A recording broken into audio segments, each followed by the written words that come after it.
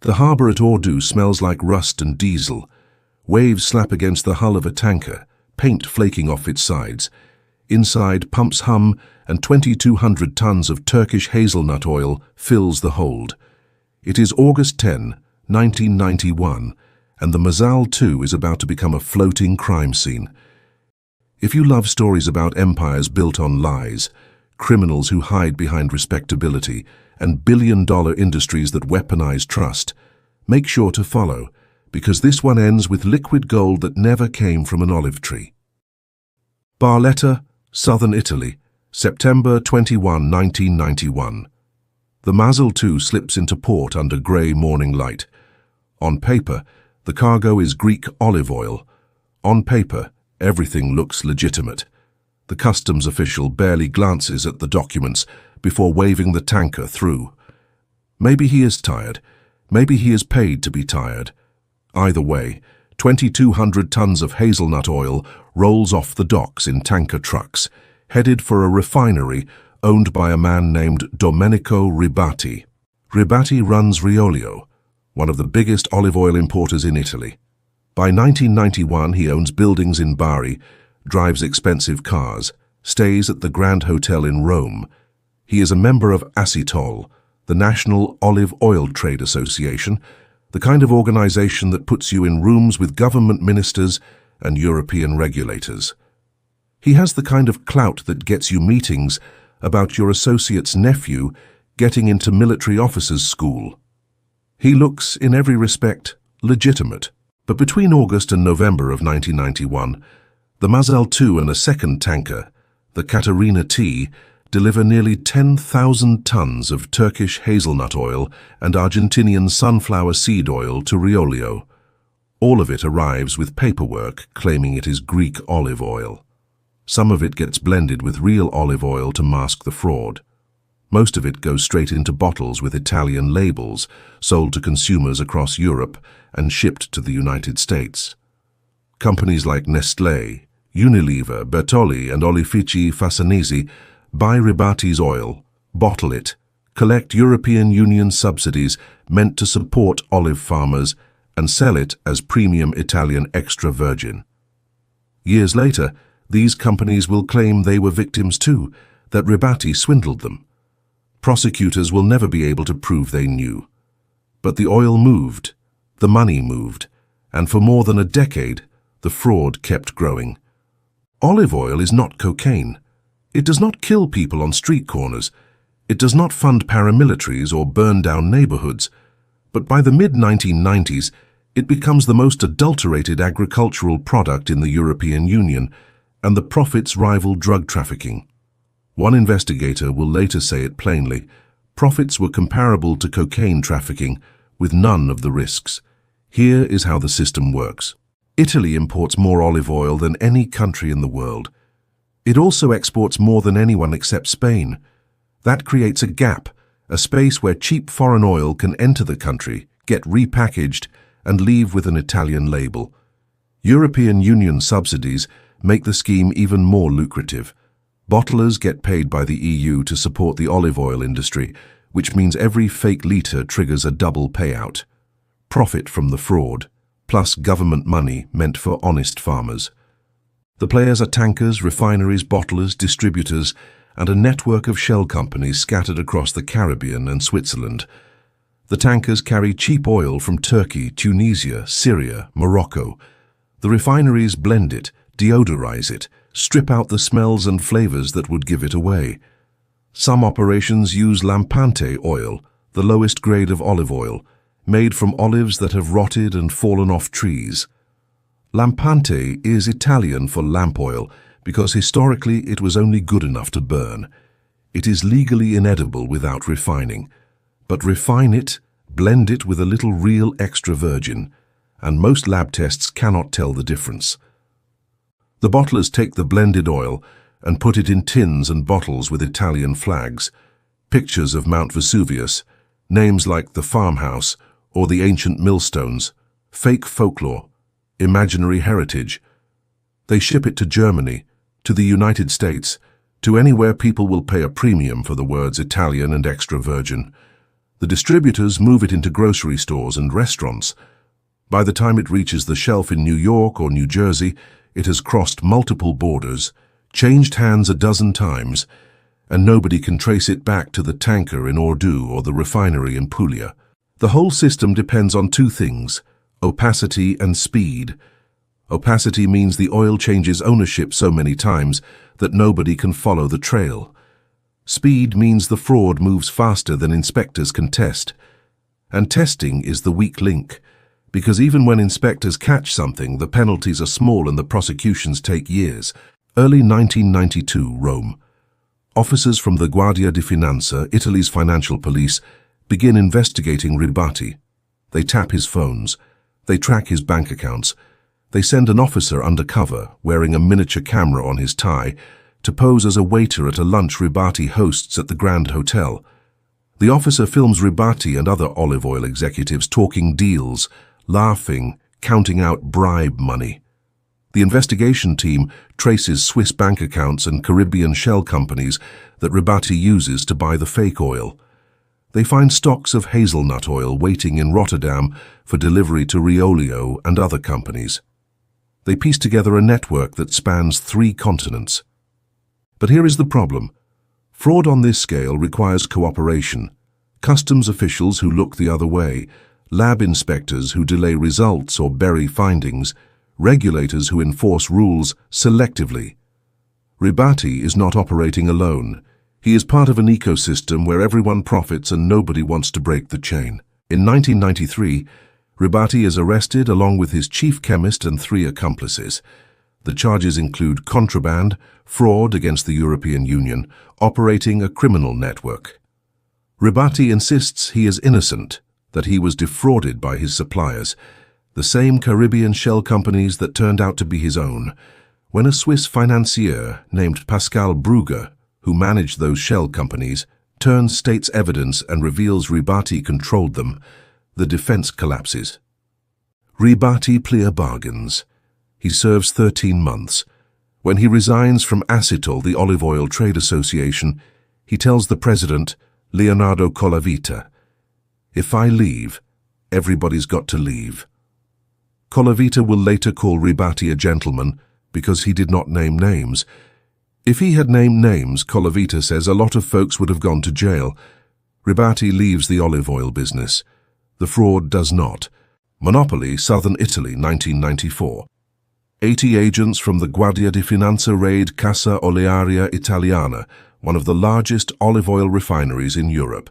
The company is run by Leonardo Marseglia, a former delivery truck driver who built an empire processing olive oil and vegetable oils. By 1994, Casa Olearia is handling about 1 million tons of oil a year. The raid uncovers documents detailing illegal shipments involving the same tankers Ribatti used. The Mazal II and the Caterina T investigators trace 4 shipments of Tunisian olive oil falsely labeled as European product, allowing Marseglia to evade customs duties and collect EU subsidies. In July 1996, arrest warrants are issued for Marseglia and 16 business associates. Charges include contraband, EU tax fraud, operating a criminal network. Marseglia surrenders 3 weeks later. Prosecutors believe he taught Ribatti the techniques Ribatti later used. The Marseglia case, they say, is identical to Ribatti's. Italy's Supreme Court reviews the case in January 1997. The ruling notes the magistrate amply demonstrated, with documentary evidence, that the oil unloaded in Monopoly was extra EC olive oil from Tunisia, free from import tariffs, which was subsequently made to appear to be Italian olive oil using false sales transactions, resulting in serious EC fraud. The court also notes the magistrate ordered arrests because of the concrete risk that similar activities would be repeated and because of the criminal character of the defendants. But after years of legal wrangling, the charges are dismissed in 2004 when the statute of limitations expires. Marseglia walks. Casa Olearia remains a member of Acetal, the same trade association Ribatti belonged to. The refinery keeps operating. In January 2007, Marseglia is arraigned on new charges involving another olive oil crime, this one targeting the United States. Between 1998 and 2004, according to Guardia di Finanza investigators, Cassa Olearia evades more than €22 million in EU duties by illegally importing 17,000 tons of Turkish and Tunisian olive oil. The scheme works like this. EU law allows non-European companies to ship oil duty-free to Italy for processing. Marseglia creates a shell company in the United States called Agri-America and claims the American firm is importing the oil. The oil arrives, gets processed at Cassa Olearia, possibly mixed with other vegetable oils, though investigators cannot prove it. Some of the oil sells in Italy, most of it ships to distributors in the United States, and gets sold as Italian olive oil. The American market is worth $1.5 billion and growing at 10% a year. It is the largest market outside Europe. But the Food and Drug Administration does not routinely test olive oil for adulteration. The FDA relies on the industry to police itself, on trade groups like the North American Olive Oil Association, whose members include companies that also belong to Acetal in Italy. The fox watches the henhouse, and the fraud keeps flowing. In February 2006, federal marshals in the United States seize about 61,000 liters of what is labeled extra virgin olive oil and 26,000 liters of lower-grade olive oil from a warehouse in New Jersey. Lab tests show the oil is almost entirely soybean oil. Some of it is destined for Krynos Foods, a member of the North American Olive Oil Association. Krynos blames its supplier, DMK Global Marketing. DMK blames the Italian bottlers. The marshals destroy the oil. No criminal charges are filed, nobody goes to jail. David Firestone, an FDA chemist who was the agency's olive oil specialist from the mid-1960s to 1999, says it plainly. My experience over a period of some 50 years suggests that we can always expect adulteration and mislabeling of olive oil products in the absence of surveillance by official sources. But surveillance is weak. Customs officials do not have the training or the resources to spot fake oil. Lab tests can detect crude frauds, like adding soybean or canola oil, but they struggle with sophisticated schemes. Deodorized lampante oil, blended with a small amount of real extra virgin, passes most chemical tests. The fatty acid profiles look right. The acidity falls within legal limits.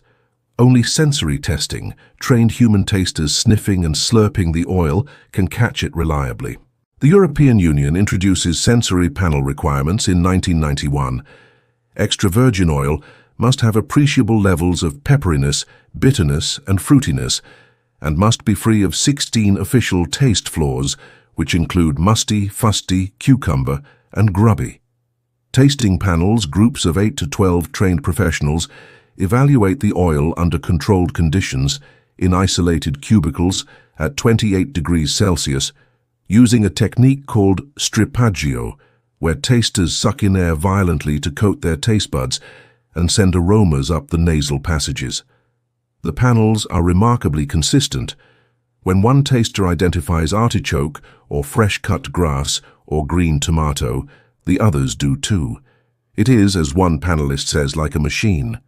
But in Italy, authorities rarely use panel tests, and almost never before the oil is sold.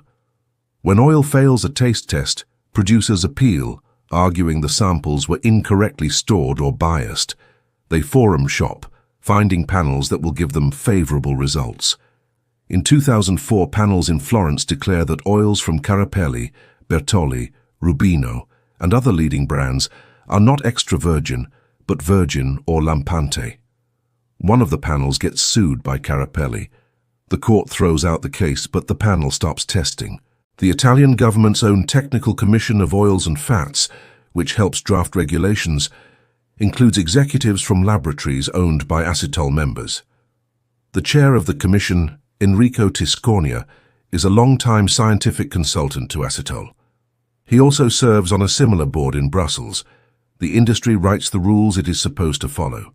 In Puglia, the region that produces 40% of Italy's olives, farmers blockade the ports of Monopoli and Bari, trying to stop tankers carrying cheap foreign oil. Antonio Barilli, president of a major farmers' union, says only 1% of Puglia oil made during the 2003 to 2004 harvest actually sold at a profit for local producers. The rest was undercut by cheap imports. Fraud, he says, is so widespread that few growers can make an honest living. Marseglia, the owner of Casa Olearia, does not deny the market is flooded with fake oil. He estimates 90% of oil sold in Italy as extra virgin is not premium grade. He does not think this is a problem. First of all, he says, let's give people good oil. Then the excellent or the extraordinary stuff at 40 or 50 euros a kilo, which a few idiots in the world can afford. We'll think about that later. Oil does not have an identity card, he says. It just goes. When someone has two silos of oil, one Italian and the other foreign, you just have to switch them. The other one becomes Italian oil. This one becomes foreign. In September 2007, Marseglia goes to trial for the Agri-America case. He is charged with forming a criminal network for the purpose of committing contraband. Investigators familiar with the case say he is unlikely to be convicted. He has protection, they say, at the highest levels, from right to left across the political spectrum. Marseglia declines to comment, but says he expects to be found innocent, as he has been in previous investigations. February 16, 2017. Italy's Carabinieri arrests 33 suspects in the Piromalli clan, a faction of the Calabrian Mafia known as the 'Ndrangheta. The criminal enterprise is accused of multiple crimes, including exporting fake extra virgin olive oil to the United States. The gang shipped cheap olive pomace oil, the sludge left over after pressing higher grade oils, to the United States, where it was relabeled as extra virgin and distributed to retail stores in New Jersey. Pomace oil costs about a tenth of the price of real Italian extra virgin. At least 10 tons of low-quality oil, some of it past its sell-by date, reached American shelves. David Granieri, the head of Italy's Olive Growers Association Uniprol, says counterfeit products pose health risks. They might contain allergens not indicated on the label. They damage the reputation of Italian food. And they undercut honest producers who rely on perceptions of luxury to sell at higher prices abroad. They are drugging the system, he says. Police say they coordinate with US authorities on the case, but no American companies are charged. The oil disappears into the supply chain, sold and consumed, and nobody can trace which stores carried it or which customers bought it. The Piromalli operation is not an outlier. It is the business model. According to Italy's Agricultural Association Coldiretti, Italian crime syndicates earned an estimated 16 billion euros in 2015 through illegal activities in the agriculture sector. That number rises to 16 billion euros by 2016. The money comes from counterfeiting products, seizing control of farmland and firms, fixing prices, controlling distribution, and labor exploitation. More than 100,000 Italians and migrants are forced to work long hours for little pay in fields across the country. The olive oil trade is particularly attractive to organized crime because it combines high profit margins, weak enforcement, and the ability to hide behind legitimate businesses. A bottle of fake extra virgin might pass through 6 companies before reaching the consumer. Each one takes a cut. Nobody asks too many questions. The Mafia does not need to control every step. It just needs to control the choke points, the refineries, the bottlers, the distributors who have relationships with importers abroad. By the 2010s, olive oil fraud has become industrial. Advances in refining technology make it easier to strip the taste and smell from bad oil. Soft deodorization, a process that heats oil below 100 degrees Celsius, removes defects without triggering chemical markers that labs can detect. Blending technologies allow fraudsters to mix just enough real extra virgin into lampante to fool sensory panels. Some operations import oil from Syria, Morocco, Turkey, Tunisia, relabel it Italian, and export it to the United States or Northern Europe, pocketing the price difference. The European Union attempts reforms. In 2022, it introduces new rules on conformity checks and methods for analyzing olive oil. But enforcement remains inconsistent. Member states report cases to the EU's Health Directorate, but the notifications only capture detected fraud, not the fraud that slips through. In the first quarter of 2018, the EU records 15 cross-border notifications involving olive oil. These include mislabeling, potential fraud, and safety cases with contaminated oils. By the first quarter of 2024, that number hits 50, a more than threefold increase. The rise coincides with skyrocketing olive oil prices. Production falls due to droughts and heat waves in Spain, which produces more than half the world's olive oil. In November 2023, 100 kilos of extra virgin from Jaén in Spain costs €787, up from €262 5 years earlier. Climate change drives up prices, and fraud follows.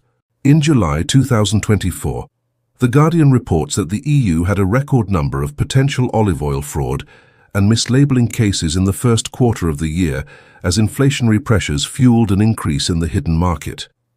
Of the 182 olive oil fraud and non-compliance notifications sent to the EU since the start of 2023, 54 relate to products from Italy, 41 from Spain, 39 from Greece. The incidents include oils contaminated with unauthorized pesticides, mineral oils, glass fragments. There are cases where lampante oil is marketed as extra virgin. There are cases where virgin oil is labeled extra virgin. There are cases of false origin labeling, where oil from Syria is passed off as Italian, or oil from Israel is relabeled Greek. Some oils cross several borders, making it nearly impossible to track the source. Professor Chris Elliott, a food safety expert at Queen's University Belfast, says consequences of ingesting contaminated olive oil can be serious, but it is very unlikely to appear on the shelves of big supermarkets. Most people who cheat, he says, are likely to do it in areas where there is not any monitoring or surveillance. Small businesses or food services are more vulnerable to fraud. But big brands are not immune. In 2014, a class action lawsuit is filed against the maker of Bertolli olive oil, alleging the company misrepresented its products by labeling them imported from Italy when the oil came from multiple countries. The plaintiffs also question whether the oil can be extra virgin quality after being exposed to sunlight and heat and sitting on store shelves. In 2018, the company settles for $7 million. No admission of wrongdoing, no criminal charges, just a payout and business as usual. In 2024, Italian authorities seize 42 tons of fake extra virgin olive oil worth almost $1 million in southern Italy. 17 people are reported to judicial or administrative authorities for serious violations related to false or missing labeling or fraudulent marketing of non-extra virgin oils as extra virgin. The Italian Central Inspectorate completes a program that seizes 380 tons of oil products worth more than €2 million. But these busts are drops in an ocean.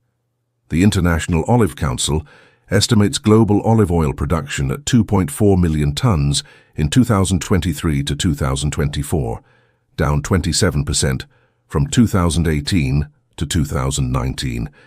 Consumption exceeds production, prices soar, and every price spike creates more opportunity for fraud. New York, present day. Grocery store shelves in Little Italy and Brooklyn in Queens are lined with bottles bearing Italian flags and rustic labels. Some of it is real, some of it is not. The average consumer cannot tell. The labels say extra virgin, the labels say product of Italy. The labels show olive groves and stone mills and heritage that may or may not exist. Testing remains weak.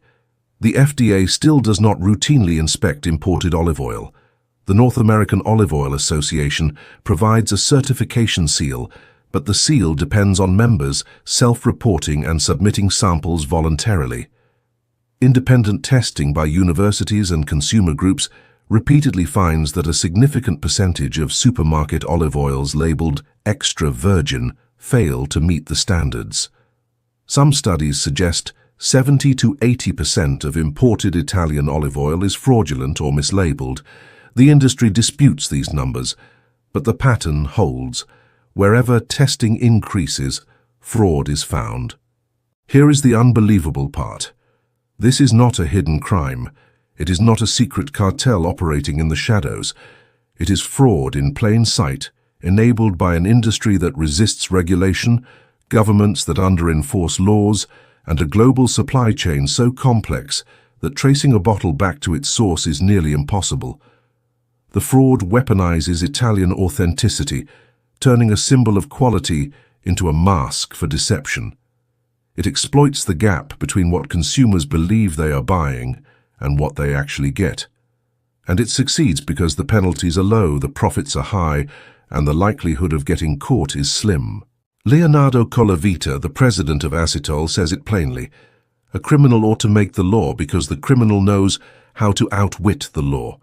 The olive tree is one of the oldest cultivated plants in human history. Olive oil has been sacred, medicinal, culinary, a currency, a symbol of peace. The ancient Romans took anti-fraud measures more seriously than modern Italy does. Amphorae carrying olive oil to Rome were stamped with the weight, the farm, the merchant, the official who verified the shipment. At Monte Testaccio, the hill of broken amphorae, reverse checks confirmed the weight and quality had not changed. The system was not perfect, but it recognized that fraud was inevitable without surveillance. Today, olive oil does not have an identity card. It just goes. It crosses borders, changes hands, gets relabeled, and lands on shelves with no reliable way to verify what is inside. The supply chain is designed for efficiency, not transparency, and efficiency is the enemy of accountability. The story of Domenico Ribatti and the Mazal 2 is not an anomaly, it is the blueprint. A tanker docks, cheap oil gets relabeled, customs waves it through, refineries blend it, bottlers package it, distributors ship it, stores sell it, consumers buy it, and the cycle repeats year after year because the system is built to let it happen. Barletta 2025. The refinery where Ribatti once processed hazelnut oil is still standing. Casa Olearia is still operating. The ports still receive tankers from Turkey, Tunisia, Morocco. The subsidies still flow. The trade associations still lobby in Rome and Brussels. The fraud has adapted, evolved, become more sophisticated. Soft deodorization, advanced blending, chemical markers that fool lab tests, but the core remains the same. Take something cheap, make it look expensive, move it fast, and collect the premium. The olive oil that was not is still on the shelves. It is in restaurants, it is in homes. It is everywhere. People trust the label more than they question the supply chain. And until that changes, until transparency replaces opacity and enforcement replaces complicity, the fraud will continue. Because the golden liquid that flows from Italy to America, from tankers to refineries to bottles to tables, is not always what it claims to be. Sometimes it is hazelnut oil. Sometimes it is soybean. Sometimes it is lampante, refined and deodorized, and dressed up in a bottle with an Italian flag. And sometimes the most profitable crime is the one hiding in plain sight.